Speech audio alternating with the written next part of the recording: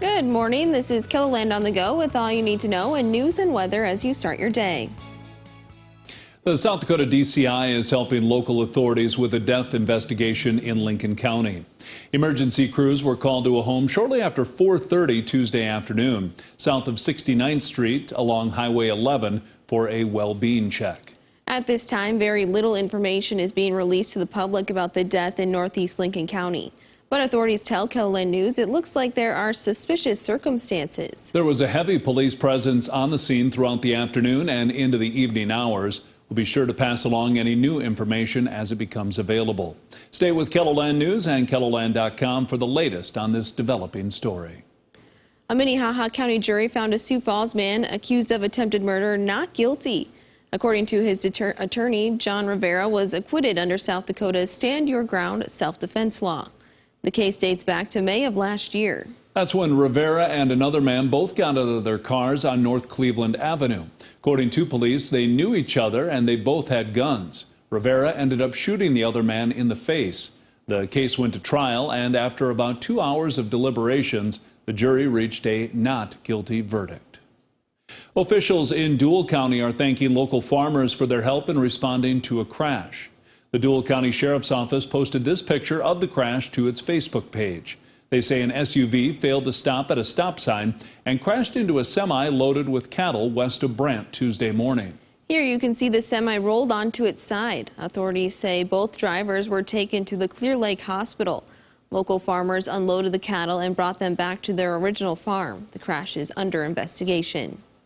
Turning to weather now with meteorologist Scott Munt. We've had a warm start to the week, Scott, but not sticking around too much longer. No, so enjoy it while it's here. Temperatures will be well above average again. Numbers into the 50s and 60s today, mainly across the southern half of KELOLAND. Another cool day in the northeastern South Dakota, where temperatures will probably stay in the 30s for afternoon highs. Cooler than yesterday. We'll have a high of 52 in Sioux Falls. As we do take a look at Aberdeen, they hit yesterday's high temperature was 32. Today we're going with a high of 30 with mostly cloudy skies. In central South Dakota, 50. In Pierre, north wind of 10 to 20. That will happen as skies become partly sunny. And western South Dakota, high temperature of 60 in Rapid City. Brian Karstens will have details on a storm system set to take aim this weekend, coming up in just a couple of minutes. Thank you, Scott. A former Sioux Falls man who serves as a missionary in Ukraine is sharing his experiences surrounding the current Russian-Ukraine crisis. Paul Logan has been living near Kyiv for 27 years. Like many people living in the area, he did not expect a war to break out until he was awoken to the sound of bombs just over a week ago. He's now helping refugees across the Ukraine-Moldova border. It really felt often like we were in a dream, and that was not only for me but for a lot of my Ukrainian friends. It just didn't seem real. And then of course, we are in contact with people that live in the center of Kyiv, hearing all kinds of stories, missiles landing near kindergartens, parts of buildings destroyed.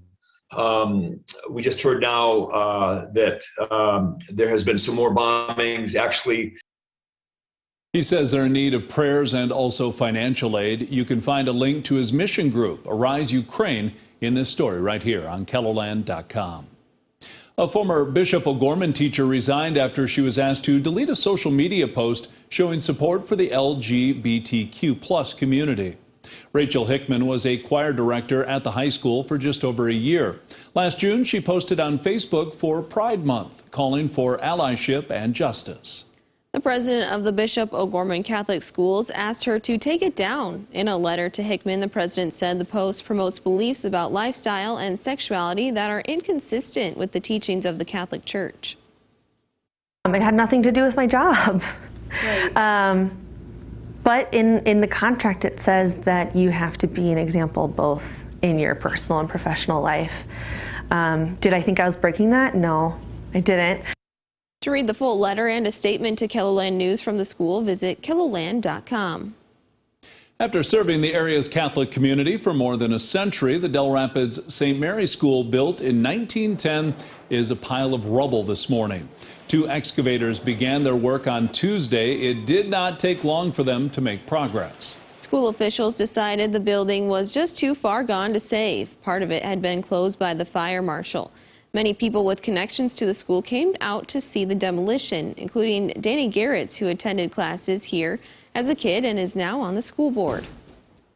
You know, it's mixed emotions. Sad to see it go. It's been here my entire life. I've been here very involved. But at the same time, it's a building, and we're trying to preserve a school. So it's happy that we're ready to move forward with this new project. A new school built on the site will incorporate some of the quartzite used to build the old school back in 1910. Let's look at some of our top stories. Now let's get one last look at your weather with meteorologist Brian Karstens. Brian? Okay, some talking points about the weekend. Let's talk just specifically about the generalities of the storm track. You can see here running from central Nebraska Saturday morning. Strong low pressure center will likely track into parts of western Iowa. Colder air on the back side of that, where the snow or the depth of the cold is greatest. That's where you're going to be all snow. That's likely to be the southern Black Hills all the way into central South Dakota. Now, the front side of the system, and then where it's warmer, it's going to be rain, probably embedded thunder for Sioux Falls on Saturday morning into possibly the afternoon. There's a lot here yet to go to dissecting the specifics. There'll probably be some sort of a transition line that'll set up west of Sioux Falls and then probably ends up going up into Minnesota here throughout the course of the late afternoon on Saturday. Again, travelers, I'd highly recommend you watch the weather. The weather on the backside of this will feature some degree of wind, maybe not terribly strong, but certainly some embedded snows that will accumulate and create some hazardous travel. I do think that's mainly going to wrap up Sunday morning. Another system on its heels will likely go south of us. That's still our current thinking. We'll continue to watch that too. A little closer view of the instability where thunder could be possible. That's the southeast. You'll see a little bit of that enhancement shown still on the model for Saturday. So that's just to kind of acknowledge those types of things. Your severe weather, though, will be out of KELOLAND, at least on our current projections. The ice and the sleet is always a hard one. And again, this is going to be something you'll hear more about as we get closer. I think there'll be a zone of that. It's just exact placement. Little shifts in the temperature and the storm track make all the difference there.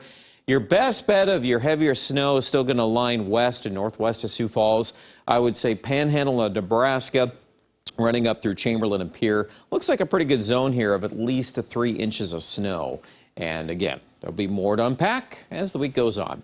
We'll finish up with today, 52 Sioux Falls. That's not bad. A little cooler than yesterday. But tomorrow, 33. Don't forget there is a little snow in the air tomorrow morning, especially from Sioux Falls north. We get a break on Friday. Remember, Friday bounces back to 50.